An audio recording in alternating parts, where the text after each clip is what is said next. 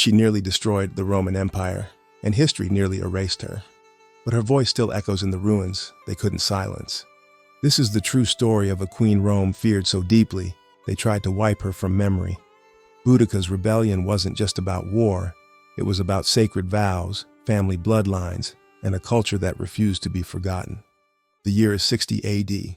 The Roman Empire stretches from the sands of Africa to the forests of Britain, declaring its dominion over land, law, and legacy. But in one overlooked corner of the empire, Rome's arrogance ignites something they cannot control. To Rome, the tribes of Britain are primitive, scattered clans with no written language, no lasting legacy, and no leaders worthy of history. But among those tribes stood a woman whose fury was rooted not in savagery, but in sacred duty. A queen whose rage was shaped by prophecy, whose battle cry echoed the words of druids, ancestors, and gods. Boudica didn't fight Rome just to win, she fought to keep memory alive. In this episode, we trace the words that Boudica lived by, not from scrolls or statues, but from stories whispered beneath trees, vows sworn in blood, and legends carried by wind. Because in the end, Rome wrote their version of history in stone. But Boudica? She wrote hers in fire, and we're still reading it.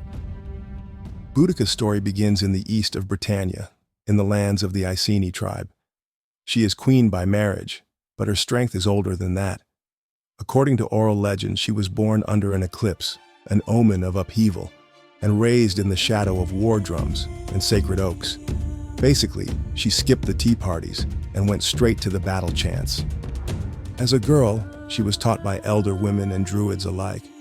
She learned that words carry memory, that stories hold power, and that to dishonor family is to dishonor the gods.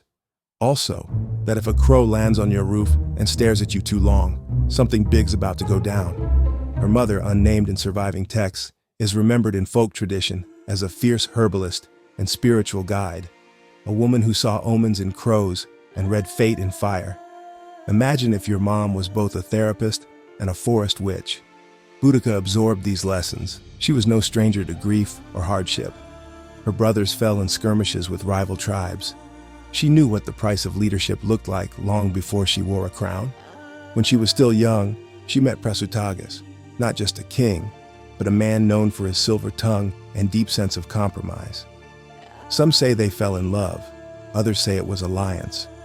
But what is remembered is this: their union was one of equals, and in private, he is said to have called her his storm, which is both romantic and slightly terrifying. Her husband, King Presutagus, ruled an uneasy alliance with Rome. Upon his death, he left his lands to both his daughters and the Roman emperor, a diplomatic plea for peace. But Rome saw only weakness. They annexed the territory, stripped tribal leaders of power. And then came the soldiers. They flogged Boudica in public. They violated her daughters. This wasn't punishment. It was performance, a message. But it backfired.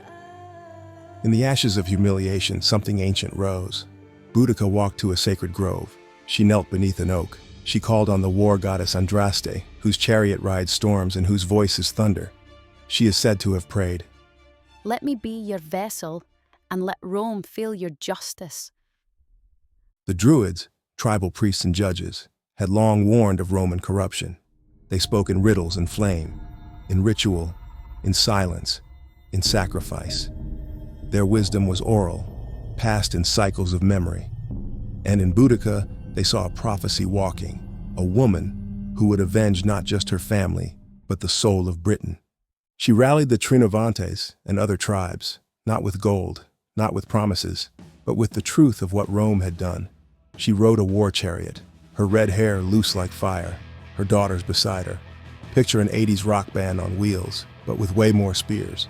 Rome had roads, Boudica had unfiltered rage. They marched on Camulodunum, a Roman colony home to retired soldiers and a temple to the Emperor Claudius. They burned it to the ground, then Londinium, then Verulamium. The fire was not just destruction, it was declaration of, we were here, we remember. Tacitus, the Roman historian, records her words before battle. "It is not as a woman descended from noble ancestry, but as one of the people that I am avenging lost freedom." She also declared, We British are used to women commanders in war. I am descended from mighty men. But I am not fighting for my kingdom and wealth now. I am fighting as an ordinary person for my lost freedom, for my bruised body and the outraged chastity of my daughters. To Rome, she was a savage. To her people, she was scripture. She invoked Andraste before each attack. Ravens followed her. Trees creaked as she passed. Some said she became more spirit than flesh, a storm cloaked in queen's beauty. Others probably just got out of the way. Her army swelled.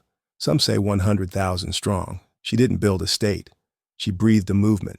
Each warrior was not just a soldier, but a line and a vow. But prophecy is not victory. Rome regrouped. Suetonius Paulinus returned from Anglesey, where he had just finished burning druidic holy sites. Now he faced a different kind of flame. The final battle's location is lost to time, but it was brutal. The Romans, disciplined and armored, held the line. Boudica's forces, numerous but untrained, were overwhelmed. She retreated, or fell. The sources differ.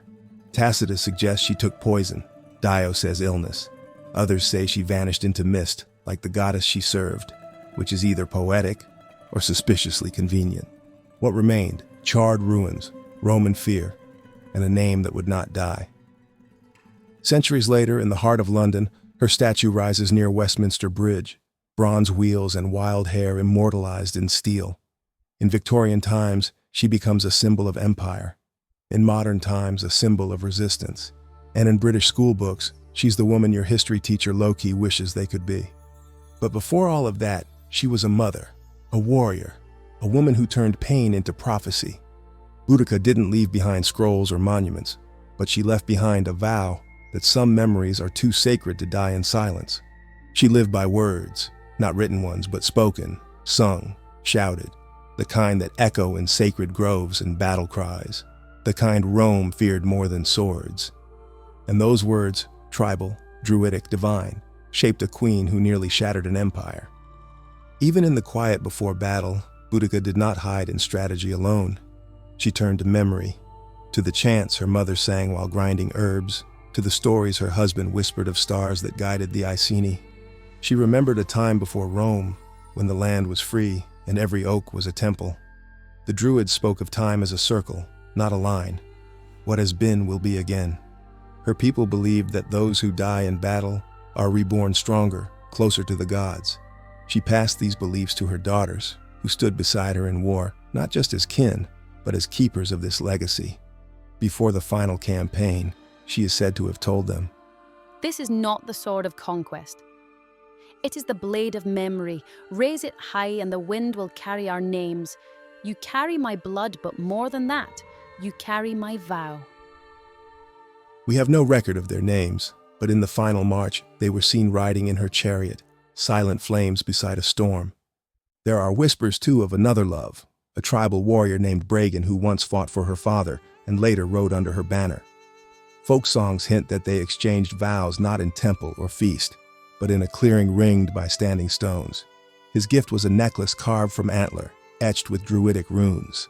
His words, If I die, let the land remember me through you.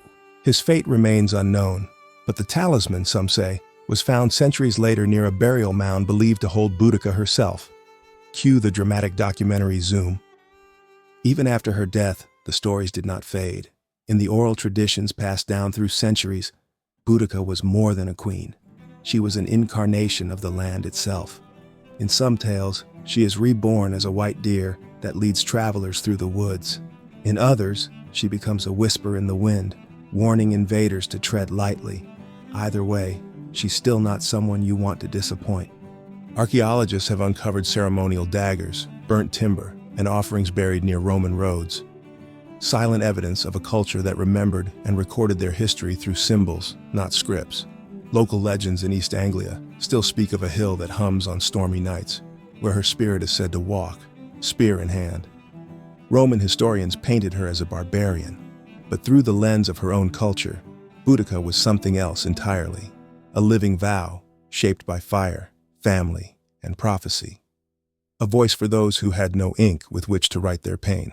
Today, scholars debate the historical accuracy of every detail, the size of her army, the scale of the destruction, the nature of her death, but they do not debate her impact, because her story, whether legend or record, has survived longer than the empire that tried to erase it.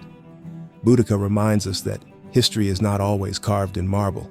Sometimes it's carried in blood, in silence, in screams, in stories passed from mother to daughter in the dead of winter.